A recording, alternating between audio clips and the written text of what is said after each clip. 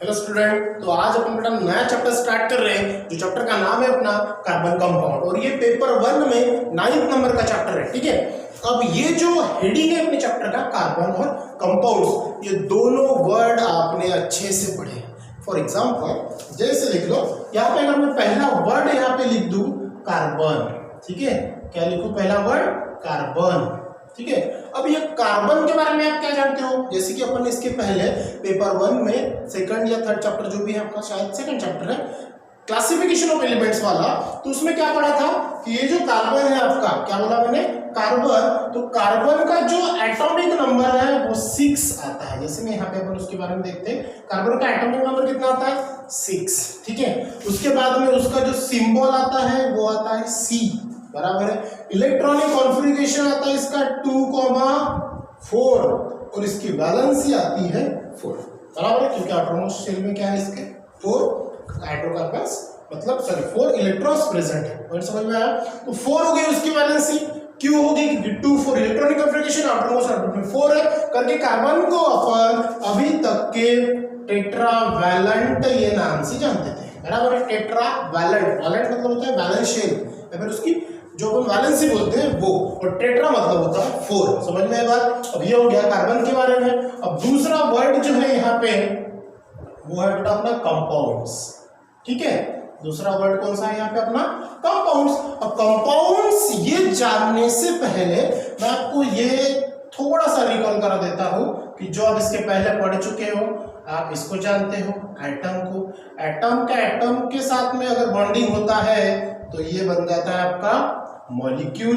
Molecule और molecule के साथ में जोड़ दो तो वो बन जाता है आपका एलिमेंट, और एलिमेंट को अगर एलिमेंट के साथ में जोड़ दो तो वो दो अलग अलग चीजें फॉर्म करता है, या तो एक तो कंपाउंड कहलाएगा या फिर वो मिक्सचर कहलाएगा, ठीक है।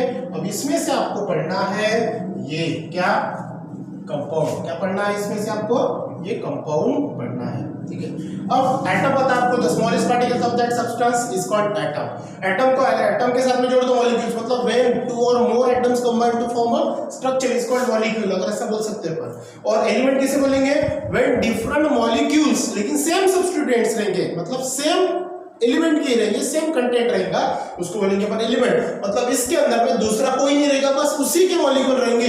जैसे कोई एग्जांपल ले लो, कोई फैमिली होती है तो फैमिली में सेम सरनेम के लोग अवेलेबल होते हैं, उसको बोलते हैं अपन एलिमेंट्स, ठीक है। अब एलिमेंट्स के अंदर में अगर एलिमेंट को एलिमेंट के साथ में जोड़ दो तो वो बनता है एक तो कंपाउंड या फिर मिक्सचर। तो कंपाउंड की डेफिनेशन क्या बनेगी बेटा, सीधा सीधा अगर अपन डेफिनेशन लिखेंगे कंपाउंड की तो यहाँ पे क्या होगा, व्हेन 2 और मोर, क्या बोला मैंने, व्हेन 2 और मोर एलिमेंट्स कंबाइन,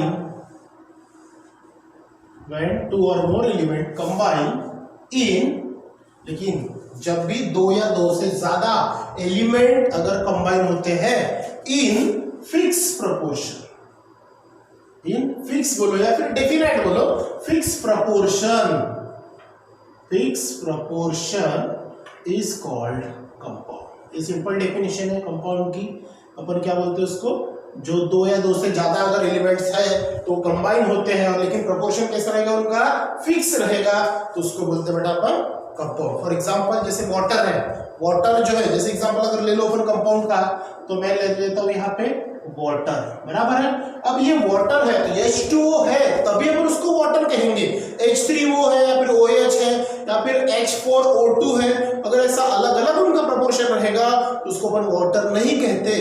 कब कहते हैं, जब H2O मिलेगा, it means that 2 molecules hydrogen के और 1 मॉलिक्यूल ऑक्सीजन का मिलेगा, तब जाके अपन उसको क्या बोलेंगे, कंपाउंड बोलेंगे, ठीक है। मॉलिक्यूल बोले फिर एटम बोल दो, ठीक है, इसमें डिफिकल्टी नहीं होना, कंपाउंड मतलब कंफ्यूज नहीं होना। तो क्लियर हो गया आपका कार्बन और कार्बन कंपाउंड्स क्या होते हैं, ये अच्छे से क्लियर हो गया। अब ये चैप्टर के अंदर में दूसरा आपको फिर से पढ़ना होता है बेटा, एक हाइड्रोकार्बन्स, ठीक है, हाइड्रोकार्बन्स।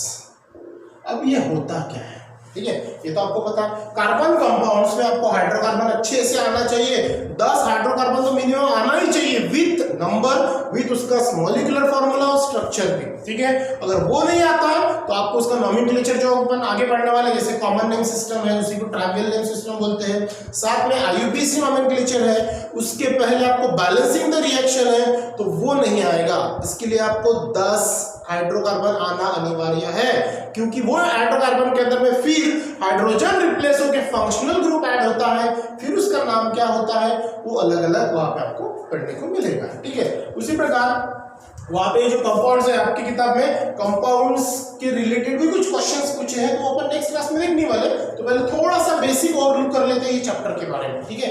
अभी तो अपन ने चैप्टर शुरू नहीं किया। तो हाइड्रोकार्बन्स का मतलब होता है बेटा हाइड्रो और कार्बन, इसमें दो वर्ड छुपे, पहला कौन सा हाइड्रो, दूसरा कौन सा, देखो मैंने अलग अलग लाइन, कार्बन को स्ट्रेट लाइन दिखा, इसको थोड़ा घुमा के वेव फॉर्म में दिखा। अब हाइड्रो का मतलब होता है हाइड्रोजन, ठीक है, और कार्बन का मतलब होता है कार्बन ही। इसका मतलब हाइड्रोजन और कार्बन इन दोनों का जो कंपाउंड बनेगा, क्या बोला मैंने, हाइड्रोजन और कार्बन का जो कंपाउंड बनेगा उसे बोलेंगे अपन हाइड्रोकार्बन। समझ में आया? अब ये हाइड्रोकार्बन है कौन और कैसे दिखते हैं, सिंपल ध्यान में रखना, कार्बन के साथ में कौन चिपक के रहेगा, हाइड्रोजन, और कितना रहेगा तो उसका आंसर आपका ये बताएगा, इलेक्ट्रॉनिक कॉन्फ़िगरेशन। क्या कहता है ये, इसके पास में 4 वैक्टर्ड इलेक्ट्रॉन है, मतलब 4 इलेक्ट्रॉन की इसको गरज है, और वैलेंसी भी इसकी 4 है, मतलब ईच कार्बन को बॉन्ड कितने अटैचमेंट चाहिए, 4 करके कार्बन को अपन क्या बोलते हैं, टेट्रावैलेंट। तो चलो देखते हैं अभी क्या देखेंगे अपन, हाइड्रोकार्बन जैसे यहाँ पे फर्स्ट नंबर, ठीक है। अब पहला जो हाइड्रोकार्बन है वहां पे स्मॉल n इक्वल टू 1 रहेगा, स्मॉल n इक्वल टू 1।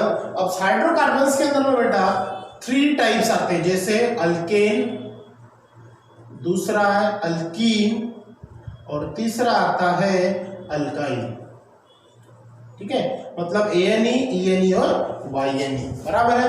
अब ये जो हाइड्रोकार्बन्स के अंदर में अपन पढ़ते हैं, जो ओपन चेन, क्लोज चेन, जिसको मैं सैचुरेटेड अनसैचुरेटेड हाइड्रोकार्बन्स बोलते हैं, तो आगे चल के ही, या फिर आपने आपके जो क्लासिफिकेशन ऑफ एलिमेंट है वो चैप्टर में पढ़ा होगा, ठीक है। तो ज्यादा उसकी तरफ न जाते हुए यहाँ पे जो अपन पहला पढ़ेंगे अल्केन से रिलेटेड हाइड्रोकार्बन, तो अल्केन का मॉलिक्यूलर फार्मूला होता है CnH2n+2, ठीक है। उसी के हिसाब से हम लोग निकालते हैं, जैसे n इक्वल टू अगर 1 है तो यहाँ पे n जो है, मतलब मैं बता देता हूँ आपको, जो अल्केन का फार्मूला है वो CnH2n+2 है, ये आपने पढ़ा है, और इसमें small n is equal to होता है नंबर ऑफ कार्बन एटम्स, ठीक है, नंबर ऑफ कार्बन एटम्स। तो यहाँ पे पहले नंबर का जो मेंबर है आपका n इक्वल टू 1, तो यहाँ पे कार्बन का अमाउंट कितना रहेगा 1, ये फॉर्मूला में अगर पुट करेंगे तो वो CH4 होता है, ये आपको अच्छे से पता है, ज्यादा डीप में नहीं गए तो भी चलता है, और इसका नाम होता है मीथेन, ठीक है।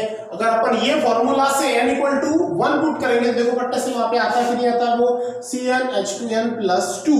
अब यहाँ पे n इक्वल टू कितना है 1, पुट करो C1H2 into 1+2, तो ये C1H2 into 1 2 +2, तो ये C1H4, it means that CH4, आगे बराबर 1 लिखने की जरूरत नहीं है। अब ये फॉर्मूला से अगर आप 1 by 1 करते चलोगे तो बहुत टाइम लगेगा। अब यहाँ पर सिंपल एक टेक्निक मैं आपको देता हूँ, क्या करना है, कार्बन को आप 1 से बढ़ाएंगे, हाइड्रोजन को आप 2 से बढ़ाएंगे, ठीक है। अब सेकंड नंबर का देखते हैं, n इज इक्वल टू 2। मैंने टेक्निक क्या बताई, कार्बन को 1 से बढ़ाओ, हाइड्रोजन को 2 से बढ़ाओ, तो कार्बन यहाँ पे 1 है, 1 को 1 से बढ़ाओ तो क्या हो जाएगा C2, और हाइड्रोजन को कितने से बढ़ाओ 2 से, 2 में क्या करो 4 में 2 प्लस कर दो, ये हो जाएगा 6, ठीक है।